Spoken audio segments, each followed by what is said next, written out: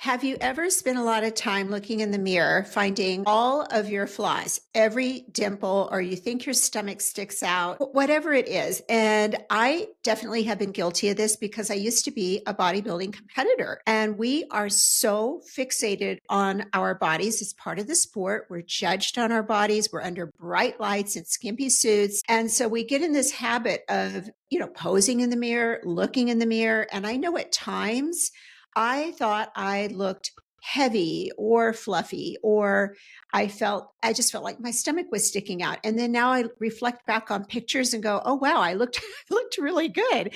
But at the time I looked in the mirror and I remember my husband saying to me, I don't know what mirror you're looking in, but I'm seeing something entirely different. And this is something we're going to touch on today, our body image. We're going to talk about all things mindset, fitness, weight loss for women. So today I have with me Christina Hathaway, and she is the CEO and founder of the Mindset of Matter. She is a licensed marriage and family therapist, experienced in life coaching, and a certified nutrition and fitness coach. Christina helps women really over the age of 40 break free of this self-defeating cycles they're in of unrealistic body image, body dysmorphia, food obsession, and helps them to shift their mindset, build sustainable physical and mental health habits so that they can maintain vitality as they age. She is considered an expert in the areas of food and body obsession. Christina, welcome to the show. Thank you so much for having me. I'm excited to be here.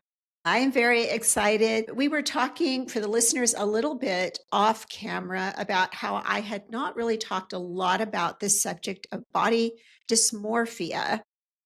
And I really want to kind of define that to begin with that. So, Christina, when we're talking about that, what do you consider body dysmorphia to be? Body dysmorphia is a mental health condition where we are obsessed over a perceived flaw or a part of our bodies that others, as you mentioned, don't see as that flaw. And not only obsessed, but it causes so much insecurity and constant obsession that it interferes with other areas of their lives, their relationships, their work, their even maybe if they're a mother or a partner or obviously fathers. This happens to men too, but it hijacks how someone sees themselves and disrupts that kind of their ability to feel secure, safe, and confident in their bodies. Do you think it's rooted in anything like does it go back to childhood? Because I know at the beginning I was talking about my own experience with this, and I didn't have a lot of self-confidence, especially as a teen, as growing up. And I think it played into my image when I began to bodybuild and kind of obsess over looking a certain way. Yes, there's different types of family dynamics that body dysmorphia can bring about. So, the obvious one is this, constant, feeling loved, feeling seen, feeling heard through your appearance, right? So, appearance, whatever you look like, equals approval in your family. So, getting that love and praise, you're so pretty. Oh, you're so skinny. I have people say all the time, like their bodies in their family was like the most ideal one, and they would hear comments about that. I hear that a lot in like different cultures where maybe a lot of the family members may be a bit more curvy or live in bigger bodies and they're the thin one and they get a lot of praise and it makes them feel special, right? So that's the more obvious. So the attention on appearance or over attention on appearance and receiving praise on that. But there's also just that critical caretaker, right? Critical parent, the one who is, if you're not doing things perfectly, you're not receiving love and praise. Or if I'm doing things, I'm being imperfect, I'm making mistakes, and I'm getting this really heightened response, an intense response from my caretaker, I'm going to look at myself because children are very egocentric and they don't know that other people have a like unconscious mind. They think everything that happens has to do with them. And so if a kid is not receiving love, connection, safety, praise from their parent when they're being imperfect, they're going to learn very quickly on how to protect themselves and stay a part of the tribe by being perfect. And that oftentimes then we look at TV what do we focus on? What does society focus on? Your body and having to look a certain way and be perfect, right? Other things include enmeshment. So enmeshment in families means where the lines of parent and child are very blurred, right? And this could be a family dynamic where you have addiction and the child is taking care of the parent. This could be a family dynamic. This is what I struggled with, a parent who had mental health struggles. And my mother was very depressed. She lost her grandmother, mother, and brother all within the same like 2 years. Right. And I was very young, and it really affected our dynamic where I almost felt like I had to take care of her. And I did that through dance and performance and achievement. And of course, when we're enmeshed, we tend to put our needs on the back burner and we're looking to help others rather than what should be happening is we're the child we should be taken care of. And so this kind of feeling of like your feelings don't matter, you don't matter, we tend to gravitate towards trying to find an identity. And sometimes that identity is through our bodies because we haven't, we've been created as, or not created isn't the word I want to use. We've learned to be a caretaker, and like that's our role we put into everyone else. And, everyone else, the idea is that we care more about the perceptions of others. That's how I want to say that. Sorry, guys. We care more about the perceptions of others. So then, of course, that also can in turn affect how we see our bodies. So trauma is a very important part of this. And when people hear trauma, they think big T. They think war, natural disaster, death of a parent, big car accident. I always explain it's like death by 1,000 paper cuts trauma, where it's just these little ticks where something positive should have happened and it didn't happen, right? And then your perception of yourself because of what happened to you. And so that really can be so many things, right? It can be so many things. So there's definitely a root in trauma, but then also the social impact of what we see in media. And obviously now it's even greater with social media. I would definitely agree, especially working as a health coach with clients. I've seen both the effects of the smaller traumas, like you said, the paper cuts, and then the bigger traumas. And I want to kind of loop back around to that at a certain point. But I was thinking too, as you were speaking about unrealistic expectations, because I think that's a big one with women. And I see it a lot in midlife and beyond. We'll start to compare ourselves. I'll use myself as an example here. When I decided to do a competition, I was already in my 50s, early 50s, do my first competition. And I was looking for somebody close to my age who had succeeded in bikini bodybuilding or figure bodybuilding.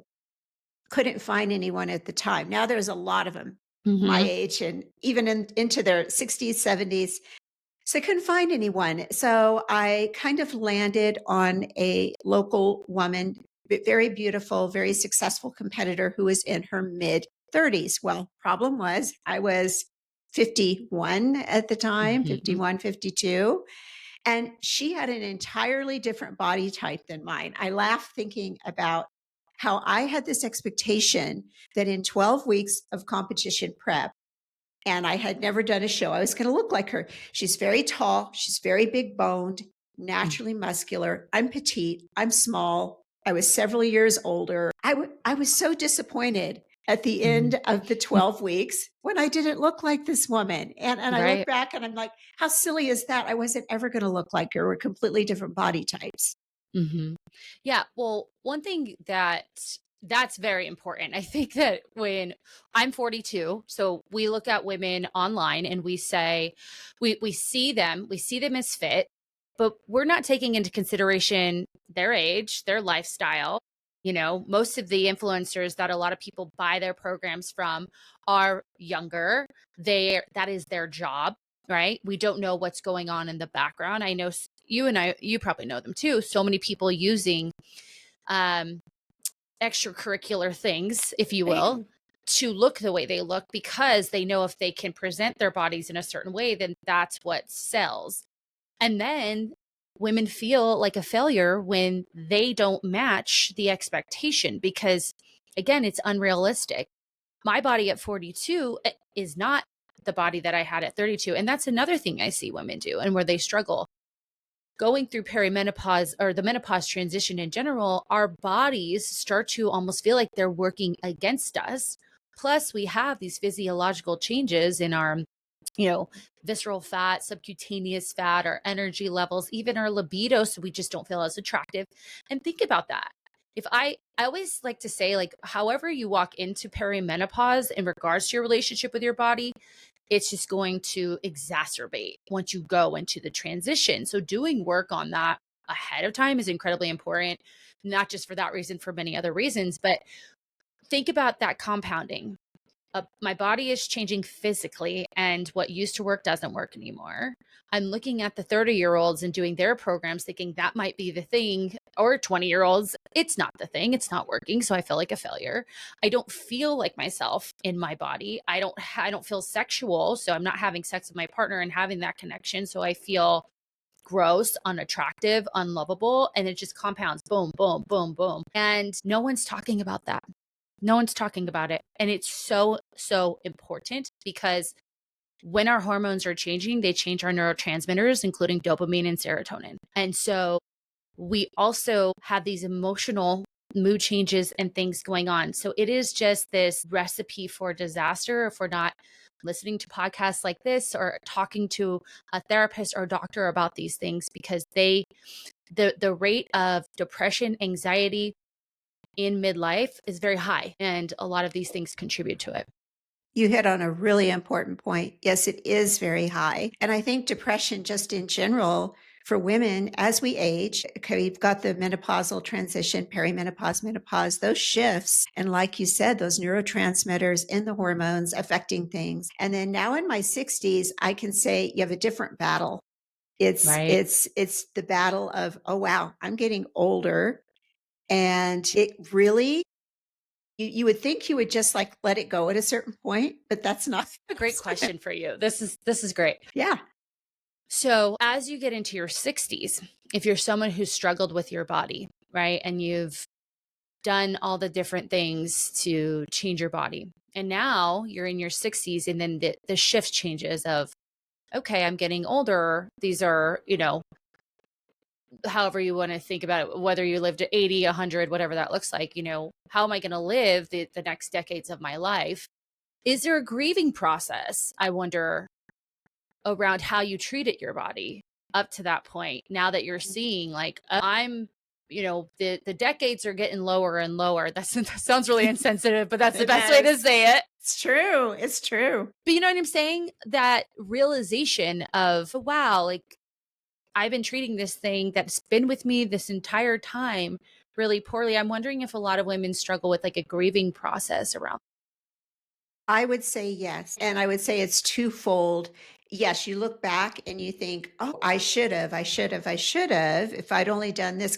I didn't take very good care of myself in my face. I was a marathon runner and I ate terribly, ran myself into the ground like many women. So I look back on that. And then there's a grieving process of you kind of have to, I call it throwing things off the bus.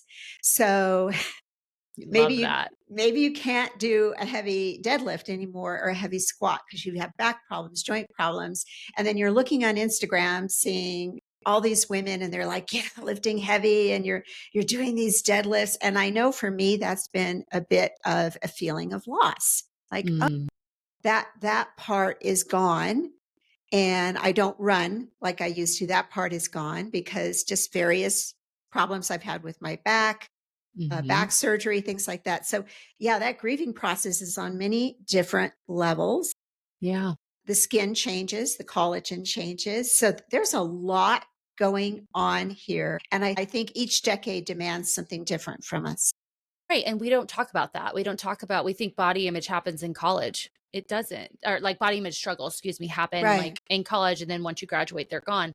That is absolutely not true. If we look at women postpartum, we look at women through the perimenopause transition, then postmenopausal, and just with aging, there have every decade, like you said, every, age group has its own set of struggles, and they're very unique. And to be honest, I hadn't even thought about that, what we just talked about in my program. Now I do have, I have created the mindset method, which is a 16-week psychological curriculum on this, your relationship with food, and really your relationship with yourself, because that's the most important thing. And I do have a reflection on your adulthood and beyond. So what did it look like at college, after college, pre and postpartum, if you did choose to have children, if you could have children, and then as you age. And for some people it's thinking ahead, for some people it is processing that through, because again, like I said, it doesn't just stop, And now with social media too, you do see these influencers again who are 50 plus, 60 plus. I think of Trained by Joan. Yes. Yes. Love her. I love her too. But if you do have limitations, you're like, well, she can do it. Why can't I? I used to be able to do it. So now we have, again, compounding who I used to be, looking at other people and who they are, and dealing with the impact of that on me now. And that's a lot to deal with. It is a lot to deal with. And I think coming to terms too, we have age, we have that whole process.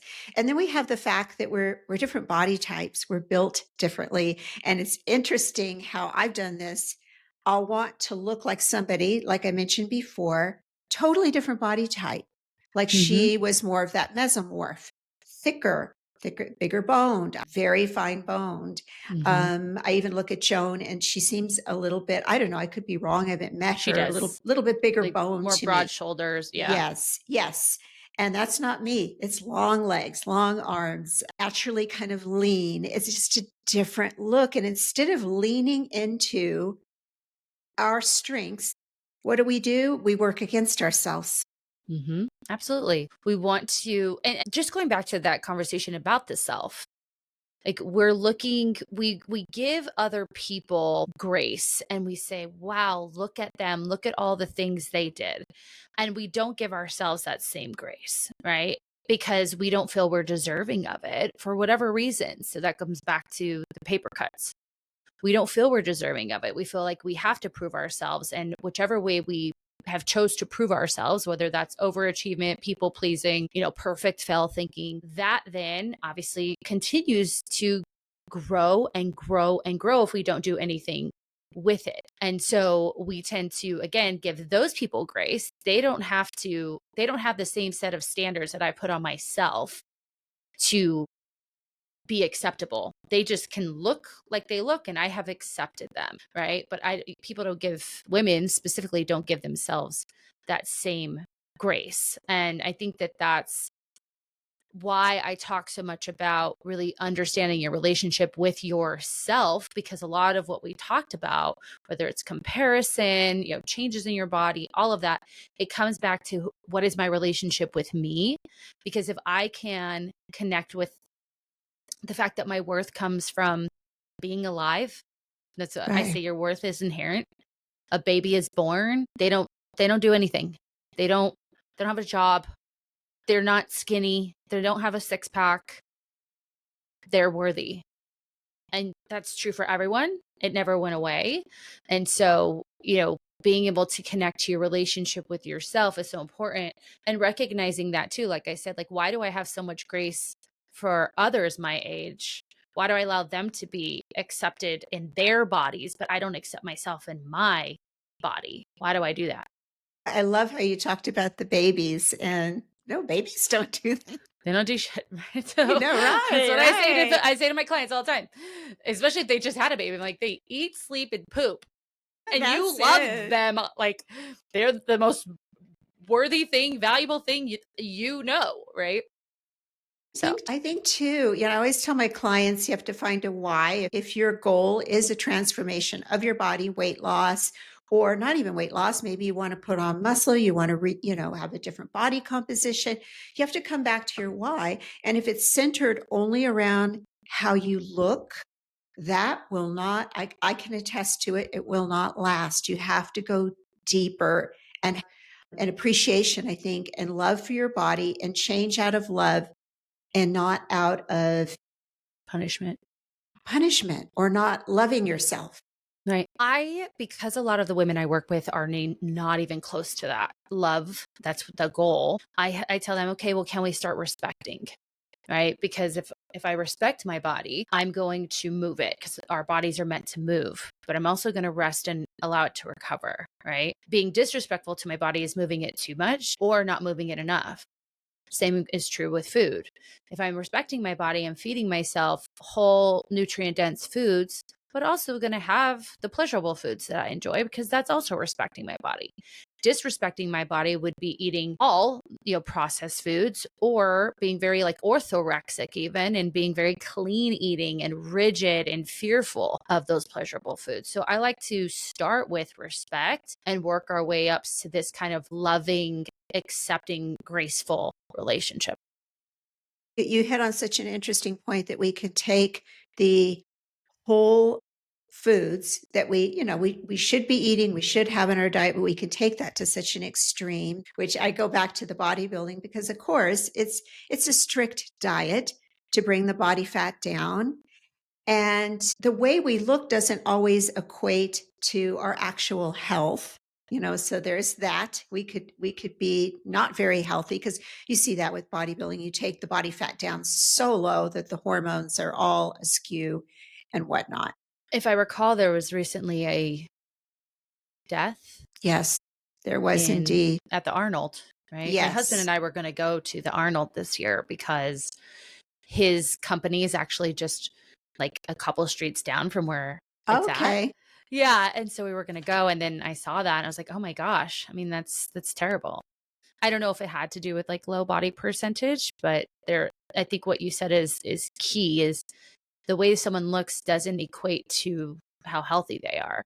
Exactly. She was, I believe, if I recall, dehydrated and had cut her water again to achieve a certain look on the stage, bringing that water down. So the stomach looks a certain way, the muscles look a certain way. And I believe she yeah, it's very sad. And I've seen things like this over the years in the industry, most definitely. Now, kind of looping back to the trauma, and I've seen this too, if we're talking about bigger traumas, like let's say a woman has been sexually assaulted, attacked in some way. I've often seen a and this is probably the wrong words, weight loss resistance almost, where Mhm. the weight has become a bit of a protective mechanism. Yeah, it's true. There's research that shows that women who've been sexually assaulted tend to gravitate towards binge eating. Also, that binge portions of that binging, or not portions, like a secondary symptom to that binging is if I can make myself unattractive, then I will keep myself safe. Right. I always like to say to people, like for binge eaters, that that's a solution to a deeper problem. Even those people who have like body dysmorphia, like that is a solution to a deeper problem, right? And that's obviously for the what we're talking about, the trauma, the feelings of not being safe, of feeling shame, right? The binging and then thus the gaining weight. And it doesn't necessarily have, I think a lot of people listening might think, very, very large bodies. It's not necessarily true, but just gaining weight to a level where they are protecting themselves by being unattractive so that nobody will hurt them again. And I will say that's also true on the opposite end by by restricting food and becoming very woman like remove how do I how to say this? Being so thin that your womanly parts no longer exist. I hadn't thought of that. So it's almost like flip sides of a coin in a sense. Yes. Now, the research is higher, a correlation of sexual abuse with like BED, binge eating disorder. But from my experience of working in eating disorder facilities for a good amount of my career, I've seen both sides where sexual abuse is common in all eating disorders, really. Now, if somebody has had, say, anorexia, for example, and they've come back from that, is there Mhm. always a risk that they'll fall back into it? Because as a coach, I think this is important how we approach things maybe with that individual. Yes, great question. So I do take individuals who have a previous diagnosis of an eating disorder. I have very rigid rules around them working with me. Now, of course, I want to know their history. I don't take everyone, but I will say there is a disconnect from treatment to real life. And like I said about respecting our bodies, we need to move our bodies. We need to feed it in a certain way. And I think sometimes in certain eating disorder programs, not all of them, there's some really great ones out there, but I've had some horror stories where food is almost demonized even more, but in this like from this like therapeutic perspective, I can't really explain it. It's not a normal way of eating even when you're going through treatment because you're being watched. You have to hit these certain exchanges and all of that. And a lot of the clients didn't feel like they kind of went from there to normal life. So we allow people to come in. My protocols are they have to have a release from a doctor and they have to be seen by a doctor every 3 months simply because I'm online. Now, beautiful thing about being on Zoom is I can tell in their face if an eating disorder has come back. But to answer your question, I believe that if we can heal the parts of us that the eating disorder protects us from, and understand those parts, understand where they come from. Again, the eating disorder is a protector part of us from like our shame, our worthlessness, whatever that looks like.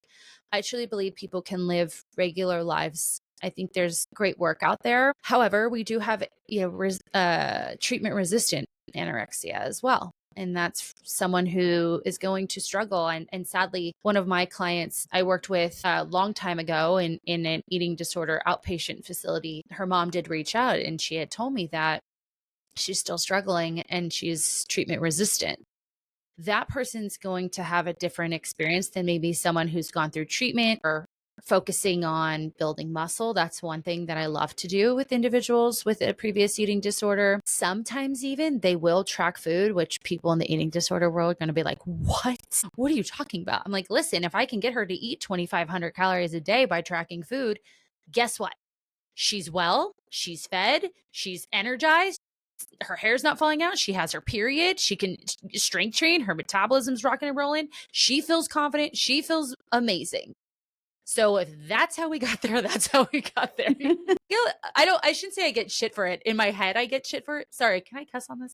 Oh, yeah, you're good. Okay. You're good. In my head, like people are talking about me in the background, but that's a me thing, right? So I've seen people be incredibly successful. I've worked with men, recently worked with a doctor who had a pretty severe eating disorder. He and I worked in the parts work that I'm talking about. And I just we were messaging the other day. He's like, I have not engaged in any behaviors. I feel amazing. And now he's like, just taken what he's learned through my program and now is on really a spiritual journey, which I think is amazing and really healing his relationship with himself. Right. So it's amazing. I hope that answered the question. It did. It did. It did. And I think too that importance of putting the emphasis on nourishing your body. So I can see where tracking could come into that. Like, okay, let's see how we can nourish our body. Let's look at these foods. And then also muscle. I have found that, boy, when women start to put on that muscle and they start to feel strong, it's such It's a a metaphor. huge confidence booster. It's Mhm. just amazing. And just to say, I don't put everyone who's had a previous diagnosis on like tracking anything. We have a food journal as well. So it really depends on the person. But that metaphor for strength training, right? Putting your body, and if we just go back to like someone who is violated, right? Mhm. I put my body through this stress. My nervous system is activated. I push through the lift. I drop the weight, or hopefully you're not dropping it in the gym. I can do that at my house. And then I rest and my body recovers. I'm not stuck in that heightened place where in my life I've been stuck in that heightened place because of trauma, right? And that metaphor, and not only in my nervous system is regulating itself through the strength training, I'm getting stronger, which means I can kick somebody's butt if I need to later down the line. So I love it. My absolute, if with any women, it's my absolute favorite thing to, I mean, that's the type of training I implement in my program. We rarely do, any sort of cardio training other than walking. Sometimes I will implement some high intensity sprints and things for women of certain age because of research showing that that's effective. But yes, when someone struggles with body dysmorphia, trauma, even a previous eating disorder, strength training and putting on muscle there's so many benefits to it. Mental, physical, emotional, all of the above. I was thinking about too the cortisol levels, because if somebody is in that fight or flight, because I can look back to my phase and I feel like I walked through my 40s in fight or flight the whole time. I understand. So then you've got that blood sugar dysregulation, insulin's inhibited if you are in that state. I mean, cortisol, I don't want to give the wrong impression we need cortisol Of course. to live. It's when it's out, like everything else, it's when it's out of balance. Correct. Yeah, absolutely. I like to say cortisol is there to run from a bear, right? Mhm. That's what we need it for. But when the threat is gone, the system regulates and we come into our parasympathetic nervous system. And our bodies don't know if it's a bear or a deadline, right? It doesn't know if it's a bear or troubles in our relationship. It just knows that it's sensing a threat. And so I like to say the brain, the lungs, and the legs are activated. Everything below your diaphragm goes offline. So your reproduction, your digestion, like everything is offline, because think about it. If I'm running from a bear, I don't need any of that.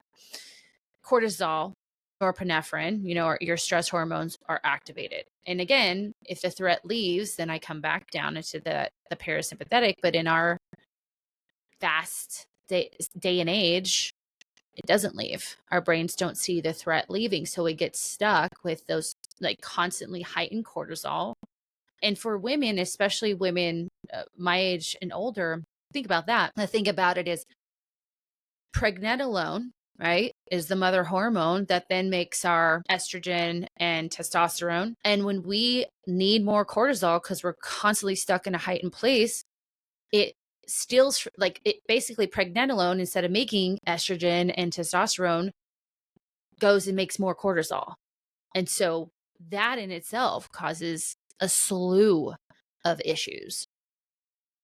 Stress, I was listening to a podcast yesterday and she said, she's like a beach body instructor. I don't remember her name, but she's very well known. But she said, I went to the doctor, I was on hormones, I was working out, teaching the Beachbody classes, like a lot of the high intensity. And her doctor finally told her, he said, listen, if you don't figure out your stress, none of this, the hormones, the supplements, none of it matters, because you're still out of whack, even with hormonal treatment. So it's incredibly important. I would agree. And we never really get rid of stress. It's part of our society. I know it can help us perform. We need to perform. It can Mm-hmm. make us more resilient. But when it is just a runaway train, that's when I see the issue is where it's just unregulated, or a person is continually having those high stress levels. My Aura Ring tracks mine throughout the Same. day. And sometimes I'm stunned because I'm not even doing anything, but I'm thinking something. I can look back and realize I was worrying about something. I was stressed about something, and the ring is picking up those fluctuations. Yeah, it's that response, right? It's a stress response. Your body is doing exactly what it's supposed to do, because again, it doesn't know that you're thinking it. It thinks that it needs to run away or fight, right? And so one thing I didn't mention, when we're in that stress state, blood sugar increases. Why? Because we need to fight and Yes. burn it off. We're going to burn it off through the fight, or we're going to burn it off through the flight, right? So there's that part too. But just coming back to like the Aura Ring, you're correct. The brain doesn't know that it's just a thought. It thinks it's sensing threat, and the body responds. Body's brilliant. It is. It is. And you make a good point that our bodies are not broken. They're doing exactly what they're supposed to do. It's just, I think, learning to work with our bodies. And then in our modern world, for lack of better words here, and it's just not always conducive to working with our bodies just because Right. of our lifestyles. And Mhm. I was thinking too about, okay, women in their 40s, a lot of times Thankfully, I've not been through this, but they might be going through divorce, relationship issues. It's kind of a time where these things can really, I think, come to the surface. Absolutely. They come to the surface, obviously, if I think just the transition in life. So we might have children who are getting older. We have parents like my dad is very sick. So like that's a stress on me. Then we talk about changing hormones, in perimenopause and in the menopause transition. We have, dryness. We have a low libido. We may even have pain with sex. And like I talked about earlier, we have issues with our body composition. We have issues with our moods. It's funny, I was talking to someone about the rate of divorce between like 40 and 60. I meant to look up the stat because I think it's important to recognize that everything happening kind of comes to a head. And that is also going to expose how secure your relationship is. Now, that doesn't mean that we can't resolve what's going on. Obviously, I'm a marriage and family therapist. It's definitely a time where we see people coming in, but it's that all of those compounding factors. So you're looking for your partner to support you. And if that foundation is not strong, that's where we see a lot of issues, right? And so we throw that on in the mix of the stressors. We 40 and over carry so much more stress, and estrogen is such a stress relieving hormone. And as it begins to fluctuate, again, like serotonin is our feel good hormone, right? Dopamine's that reward hormone. It's fluctuating those two things, and it can be very challenging. And so I think for everyone listening, being able to look at myself, my relationship with myself, right? And then my relationship with my support. What does that look like? Are both strong enough to go through these, to go through the transitions we're talking about, or at least, I mean, obviously you're going to go through them, but can I go through them relatively unscathed? Not realistic, but you know what I mean? Because you can start seeing if we don't get these things in check, or at least at a minimum, our relationship with ourselves. Because I mean, I'm in a very healthy relationship. I'm so thankful and lucky to be with my husband. Now, we did not get the chance to have children, and we have dogs. We love them very much.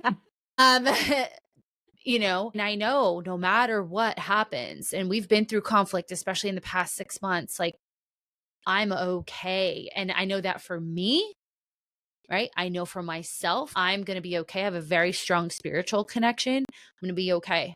Right. But then I'm also thankful that I can lean on him and he's going to catch me, And so for people listening, we need to look at that relationship with me, and then a relationship with we, and see how strong it is. And then that's an opportunity to maybe it's not headed towards divorce, but like if there are some cracks in the foundation, great time to go seek coaching or therapy. You made so many good points there. The spiritual connection, I think, is really important. I know it is for me. It's kind of like my life raft when things get rocky. Absolutely. But you think about that midlife transition and going into menopause. Like I said, you could have the relationship strain, and even menopausal symptoms, perimenopausal symptoms can play a role in that. I know I was extremely moody toward late perimenopause. I would sometimes be depressed for no reason, or would sometimes, the heart palpitations, all of the different things, not sleeping well, Right. stressed. Parents are aging. You've got that. You hit on that. I lost both my parents within 6 months of one another in my mid 40s, which was very, very tough. And Yeah. then there's the career aspect. If a woman has had a career outside the home, and a lot of women wind up, they're at the height of their career, and here come these menopause symptoms. And I forget the statistics, but many women walk away because of it. There's billions of dollars lost each year in the workplace because women are taking days off or missing work, or they're just not being treated, or there's no protocols for when a woman goes through menopause. There's protocols when women go, obviously have a child, but there's no protocols for women going through menopause, because you think about the anxiety of walking into a boardroom and you're freaking out if you're going to have a hot flash in the middle of the boardroom. So just for the listeners, like, she's 42, like, what is she? I had a hysterectomy at 35. Was told that if I kept my ovaries that I would, obviously not go into menopause. What I wasn't told is that I was also going to be pushed into menopause 4 years earlier than my counterparts who have their uterus. So I'm already going through the symptoms, the night sweats, the hot flashes, the mood changes. And so the workplace is, you feel, I was just talking to a client, you just feel like I'm not the person I used to be. You start feeling, you could have been this confident, competent boss, and these symptoms start happening and you second guess yourself. You start to feel like an imposter, or you just don't have the energy to do it all, especially if you didn't have a solid boundary system, which a lot of my clients don't. We're women, we can do it all, right? But now I have, as you talked about, all these compounding factors and this kind of identity crisis in my career, right? It can be, it's just, think about if men went through this, have like protocols ever. I don't want to say it's unfair. It is unfair though. I mean, it's just so many things all at once. And again, how do we fix it? Right? We have to start with us, not our body, not our relationship. What is our relationship with ourselves? And if you are spiritual, you're higher. Okay. I just lost internet completely. It's okay. I figured it was still recorded though. So that's good. That was the first. It kicked me out of my own studio. Yes. I'm like, oh, wow. And it was so Interesting. sudden. Yes. But here we All are. good. The world of technology. What are you going Right. to do? It's always something. And looking too at that transition, I was thinking about friendships changing, because I know I'm hitting on so many things. I'm all over the map. But Love it. I'm following. when I had younger kids, all my friendships, all my social life revolved around the kids. And so there were play groups when they were really little, and that was my friend group. And then you're taking them to sports, and then you're, waiting to pick up your kids at the bus stop, and everything, the people you meet. And then it kind of disintegrates, like everybody goes their way, the kids go off to college, and you're redefining how to make friends in your 50s and 60s. It's crazy. Yeah, it is. I'll even say in my 40s, my journey started in my 30s. I was working in child crimes for the Phoenix Police Department. There's a child advocacy center here, and there's a specialty group called Child Help, and that's who I work for.